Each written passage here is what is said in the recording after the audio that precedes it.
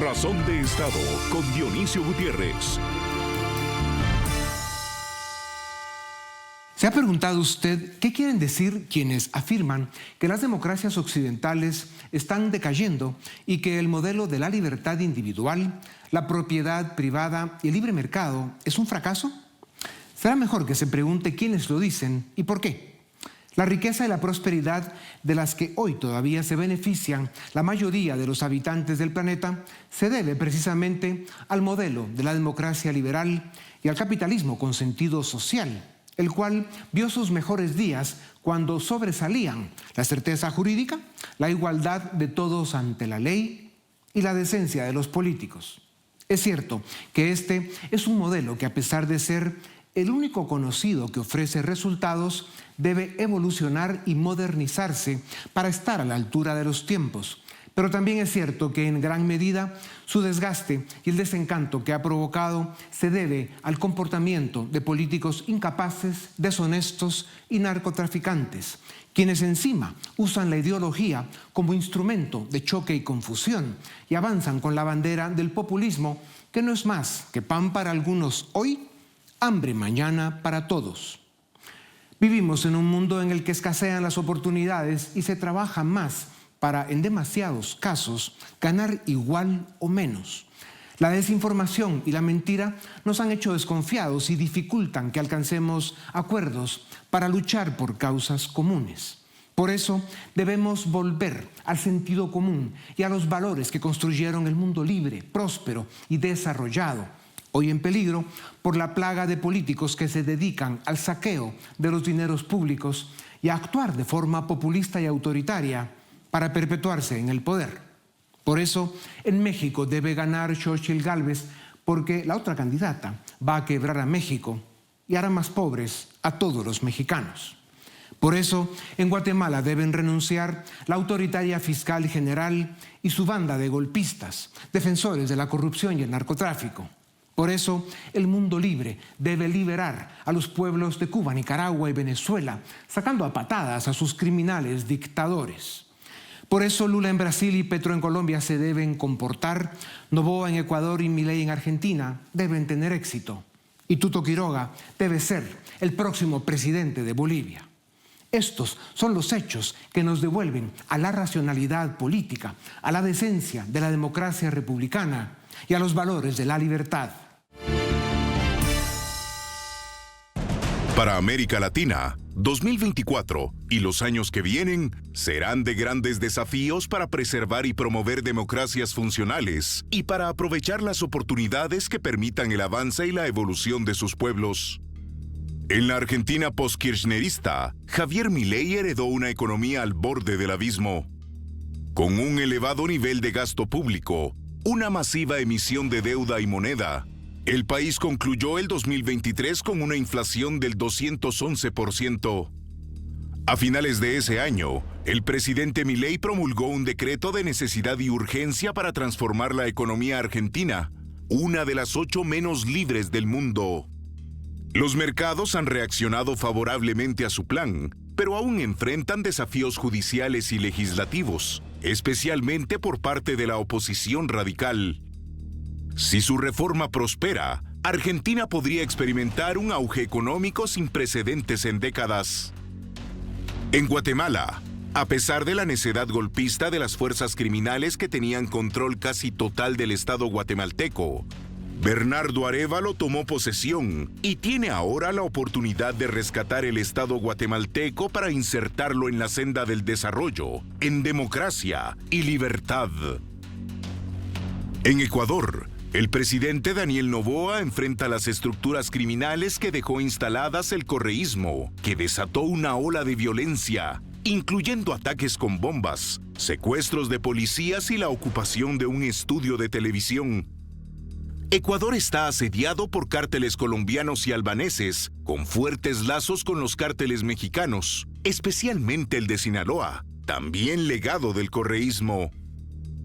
La crisis ha forzado al presidente Noboa, investido hace pocos meses, a declarar un estado de guerra para controlar la violencia, enfrentando un desafío existencial hasta el final de su mandato en mayo de 2025, con posibilidad de reelección. El futuro político de Venezuela y México, territorios clave para el narcotráfico, generan gran expectación. En Venezuela, la posibilidad de elecciones libres pende de un hilo. La decisión del Tribunal Supremo de Justicia, controlado por Nicolás Maduro, sobre la inhabilitación arbitraria a María Corina Machado es crucial. La lucha por la libertad en Venezuela y el desmantelamiento del Cártel de los Soles, liderado por Maduro y Diosdado Cabello, depende en gran medida de la viabilidad de la candidatura de María Corina, la cual solo será posible con el comprometido apoyo de la comunidad internacional. En México, se libra una batalla decisiva. Los ciudadanos deberán elegir entre continuar el rumbo autoritario de AMLO o retornar a la democracia funcional y la libertad, eligiendo a Xóchitl Gálvez. AMLO está por los abrazos, no balazos con los narcos, lo cual no sirve más que para fortalecerlos. La hostilidad hacia los opositores, una prensa menos libre y ataques sin precedentes contra las instituciones de control consolidaría en México lo que podría ser la nueva dictadura perfecta. América Latina necesita fortalecer sus democracias y diseñar una matriz económica que le permita avanzar hacia el desarrollo. Por eso, las elecciones en México, una Centroamérica más libre y democrática, el éxito de Milei y Noboa, un mejor comportamiento por parte de Lula, Petro y Boric, y unas elecciones libres en Venezuela son imprescindibles. Esta es la ecuación que salva a América Latina. Esta es la fórmula que ofrece un futuro de esperanza, prosperidad y libertad para la región más maravillosa del planeta, la nuestra. Ya regresamos con Razón de Estado por NTN 24, el canal de las Américas. El desarrollo de las naciones se mide por el nivel de bienestar de su gente y el grado de madurez y estabilidad política que logra mantener de forma constante. El desarrollo de una nación depende en gran medida de la salud de su democracia, una salud que solo se alcanza cuando las instituciones son respetables, respetadas y eficientes. Justicia, Congreso, autoridad electoral, presidencia y órganos de control. En América Latina, lamentablemente, estas condiciones las llenan demasiado pocas naciones, 2 o 3. La República Oriental del Uruguay es una de ellas. Y para conversar sobre cómo lo han logrado y sobre los desafíos que tiene América Latina para alcanzar esos estándares, tengo el gusto de presentarles a Nicolás Albertoni, vicecanciller de la República Oriental del Uruguay, es doctor en Ciencias Políticas y Relaciones Internacionales y ha publicado libros sobre el desarrollo de Uruguay. La revista global Americans lo distinguió hace poco tiempo entre los 20 intelectuales más influyentes de América Latina, a pesar de su juventud. Sus columnas han sido publicadas en el New York Times, El País de España, entre otros. Es el integrante más joven del gabinete de ministros del presidente Lacalle Pou en Uruguay. Doctor Albertoni, bienvenido a Razón de Estado. Uruguay, 3.5 millones de habitantes, con uno de los mayores ingresos per cápita de América Latina. En extensión es más o menos como el estado de Oklahoma y un poco más que la suma de Guatemala y Costa Rica en kilómetros cuadrados. Uruguay es una democracia bastante consolidada, con un futuro brillante, pero con un vecindario de México a la Argentina que a veces asusta. Sus vecinos, nada menos y nada más, son Argentina y Brasil. Y desde Uruguay se podría dar clases de muchas cosas, de cómo se gobierna bien un país. Doctor Albertoni, ¿cuáles son las 3 o 4 condiciones que hacen del Uruguay un referente ejemplar? Bueno, primero agradecerte, Dionisio, por esta conversación. No puedo evitar unos segundos de agradecimiento a tu persona, el trabajo que hacen y también la profunda admiración de la defensa de las ideas, que muchas veces parte de mi respuesta estará vinculada a algunas ideas que bueno, naturalmente desde hace tiempo tú vienes trabajando y me meto en la respuesta. Yo creo que gran parte de hoy, no nos gusta hablar de secretos ni de modelos en Uruguay, ni admito que tampoco enseñar, ¿no? Es decir, yo creo que el país tiene su característica histórica, a la que quizá ahora cuando profundicemos en temas más políticos podremos encontrar respuesta, pero algo inmediato yo creo que es el nivel de consenso en temas básicos. Es imposible entender al Uruguay de hoy sin el Uruguay de los años 50, que ya zanjó varios debates. Una educación pública con un sentido tampoco ahogante del Estado, pero sí una educación pública buena, la universidad también pública, y un nivel de, por ejemplo, la universidad, como te decía, que un migrante puede llegar y recibirse a los años siendo migrante y no hay ninguna discriminación en ese sentido. Y muchos elementos, te podría decir la relación iglesia y Estado, que algunos países lo siguen debatiendo hoy. Bueno, esos debates se zanjaron hace muchos años. Y hay como un nivel de consenso en temas que siguen siendo para algunos países de América Latina álgidos, que yo creo que esa es gran parte de que no hay una pérdida de tiempo, entre comillas, y el debate político siempre es muy importante, pero en temas que quizá no están correlacionados cuando uno ve algunos estudios directamente a lo que hoy se necesita para el desarrollo. Claro. Dirías que educación, la construcción de una cultura propicia para el desarrollo con los valores correctos y luego el sentido de Estado, ¿no? Que es parte importante de la cultura uruguaya, de comprender la importancia de que existan instituciones sólidas, pues que le den ese contenido al Estado para que pueda darse el desarrollo. Y en ese sentido... Un Estado dinámico, ¿no? Un Estado dinámico que no anclado en esa lógica a veces de Estado amorfa, yo creo que antigua también, de todo depende del Estado, sino un Estado dinámico. Tenemos empresas públicas, pero empresas públicas compitiendo.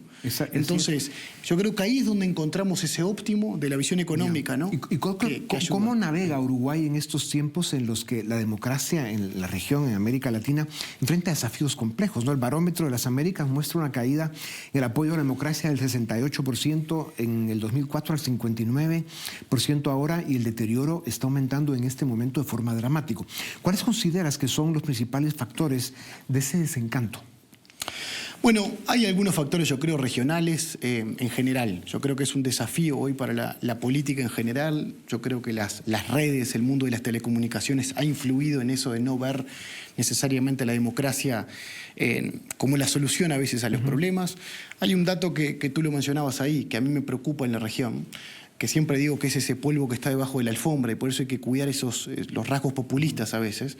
Pero los guarismos en la región, cuando uno pregunta justamente de si estaría dispuesto a tener un gobierno autoritario mientras resuelvan los problemas, en la región oscila 25 o 30%. Entonces, hay factores que hay que tener cuidado desde un punto de vista más sociopolitólogo, de cuidar justamente de que incluso los países con democracias sólidas y hay una visión institucional sólida, pueden tener algunas a veces influencias que son rasgos relevantes. En América Latina se debaten dos modelos políticos. La democracia liberal, con esa corrección en el funcionamiento de las instituciones y el respeto a la norma democrática, valores como la propiedad privada, el tema del concepto del libre mercado con contenido social, etcétera, etcétera, versus el populismo, normalmente de izquierda, aunque también lo hay de derecha, siempre autoritario, que lo que hace es instalar desde el Estado con recursos públicos una base de votantes clientelares, sumisos, que al final logran ir repitiéndose en el poder, pero destruyendo las instituciones y la economía. ¿Cómo se enfrentan estos dos modelos y quién gana al final? Esa es la peor parte. Yo creo que hemos llegado hoy a estadios en esa lógica de populismo que efectivamente, tal como tú lo decís, es difícil hablar de populismo de izquierda a derecha, ya es populismo a secas, ¿no? Porque incluso esos populistas, más allá de que se definen de un bando u otro, se terminan encontrando en los extremos. Pero es que corrompen desde adentro el sistema. Y ese es un tema que hay que subrayarlo, porque muchas veces a los enemigos de estas instituciones los tenemos cerca. No era esa lógica de unos 30, 40 años atrás, tú decías, me toca ser el primer integrante del gabinete nacido en democracia, ¿no? Como una visión de dar vuelta a la página y mirar hacia adelante. Pero uno ve que los rasgos de esos tiempos anteriores, cuando uno va a los libros de historia, es que lo tenía el oponente enfrente, lo reconocía y lo tenía enfrente. Pero el oponente puede estar, el oponente de las instituciones y de democracia, está cada vez más cerca. Entonces, el año que viene, de hecho este año que corre concretamente, más de la mitad del mundo estará votando. 70 países en el mundo. Aproximadamente unos 4.000 millones de personas votarán en el mundo. Y lo interesante es ver que no por más elecciones hay más democracia. Justamente el desafío de las democracias viene, y lo estamos viviendo justamente en este país, los días después. ¿Qué pasa después de las asunciones? Hay una frase de Felipe González. Y antes de lo de Felipe González, con el tema de las asunciones, vamos a un corte y volvemos otra vez para seguir en Razón de Estado. Ya regresamos con Razón de Estado por NTN 24, el canal de las Américas. Bienvenidos, estamos en Razón de Estado con el doctor Albertoni de Uruguay, vicecanciller de esa gran nación de la América del Sur. Doctor Albertoni, es cierto, 70 países en elecciones en el 2024 es más o menos la mitad de la especie humana que vive en países donde todavía se pueden celebrar elecciones, pero eso no necesariamente quiere decir más democracia, lo decías. Así es. Dime un tema que no es menor. Argentina acaba de tener elecciones. Javier Milei las ganó.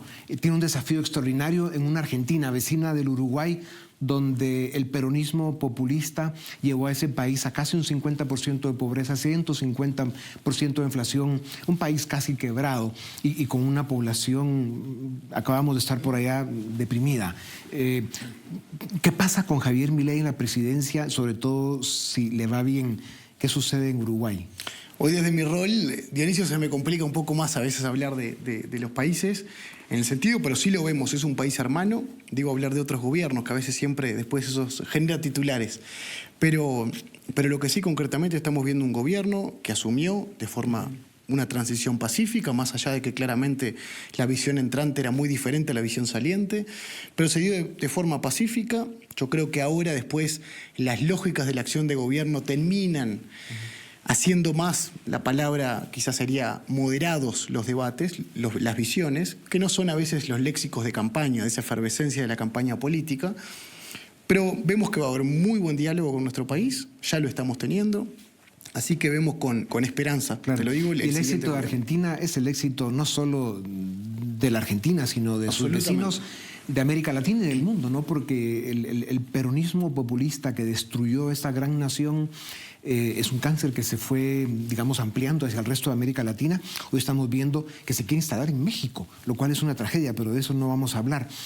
Doctor Albertoni, Uruguay es un referente no solo continental, mundial. Su nivel cultural, su desarrollo político, tiene mucho que enseñar. ¿Qué papel debe jugar en este momento que vive el mundo, empezando por América Latina, donde tenemos para empezar los grandes problemas en Cuba, Nicaragua, Venezuela, que son 3 dictaduras criminales que deberíamos ir saliendo de ellas, pero también hay muchas amenazas de esto en el resto de América Latina? México con la continuidad de Morena, Petro en Colombia, el retorno posible de Evo Morales a Bolivia. O sea, América Latina está realmente en peligro de seguir perdiendo espacios de democracia y profundizando ese populismo destructivo que tanto daño hace. ¿Qué papel debe jugar el Uruguay en todo esto? Y creo que lo estamos jugando. Hemos sido en todos los foros posibles una voz clara en defensa de la democracia. Yo creo que se ha visto en las últimas cumbres, ahora post pandemia, en la que se han revitalizado estas cumbres, una posición clara de nuestro presidente, Lacalle, diciendo de que claramente es difícil mantener diálogo con los países cuando no hay una visión clara de institucionalidad, no hay elecciones claras. Y eso es lo que sucede en Venezuela, por ejemplo. Esto sin pelos en la lengua. Claramente una Venezuela que quizá por contextos de pandemia y demás se había silenciado en el debate regional. Nos despertamos después diciendo que hay una de las candidatas inhibidas de poder ser parte, como pasa con María Corina. Eso es inadmisible. Entonces, y el presidente ninguna voz puede Lacalle ha sido muy vocal y muy valiente en todas sus expresiones, en enfrentarlos incluso en foros internacionales. Abiertamente y con argumentos, porque digo uno pide lo que demanda también. Claro. Entonces, lo que demanda hacia adentro. Y nosotros tratamos de tener ese diálogo político de forma constante. Basta con ver la asunción de Lula. Sí. Va el presidente Lacalle con 2 expresidentes con visiones quizá opuestas.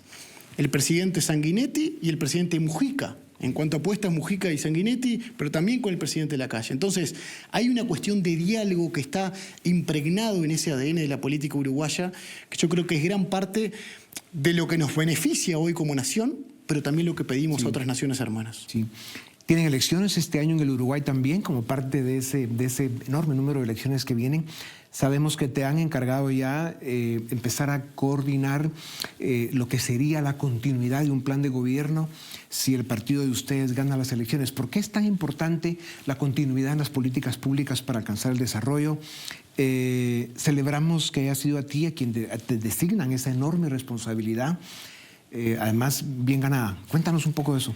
Bueno, un enorme desafío, efectivamente, Dionisio. La verdad que mirar hoy los planes de gobierno terminan siendo una guía para la acción política, y efectivamente mi partido me lo ha encomendado. Somos parte de una coalición de gobierno, o sea que la continuidad implicaría justamente eso, que esta coalición de gobierno, está el Partido Nacional, mi partido, el Partido Colorado y otros partidos que también lo integran. Yo creo que la continuidad es muy importante en la acción política. Hemos implementado 2 reformas fundamentales durante este gobierno, que fue la reforma de la seguridad social.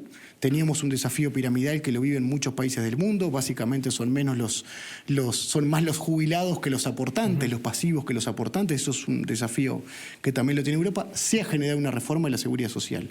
Se ha generado una transformación educativa, de modernizar las currículas educativas. Entonces, cualquier gobernante querría que eso se pueda continuar, porque las 2 que te mencioné no son políticas de corto plazo. Como dice el día, eso es un ejemplo con el que Uruguay le ayuda al continente y al mundo, con lo deteriorados que estamos, sobre todo en esta parte, ¿no?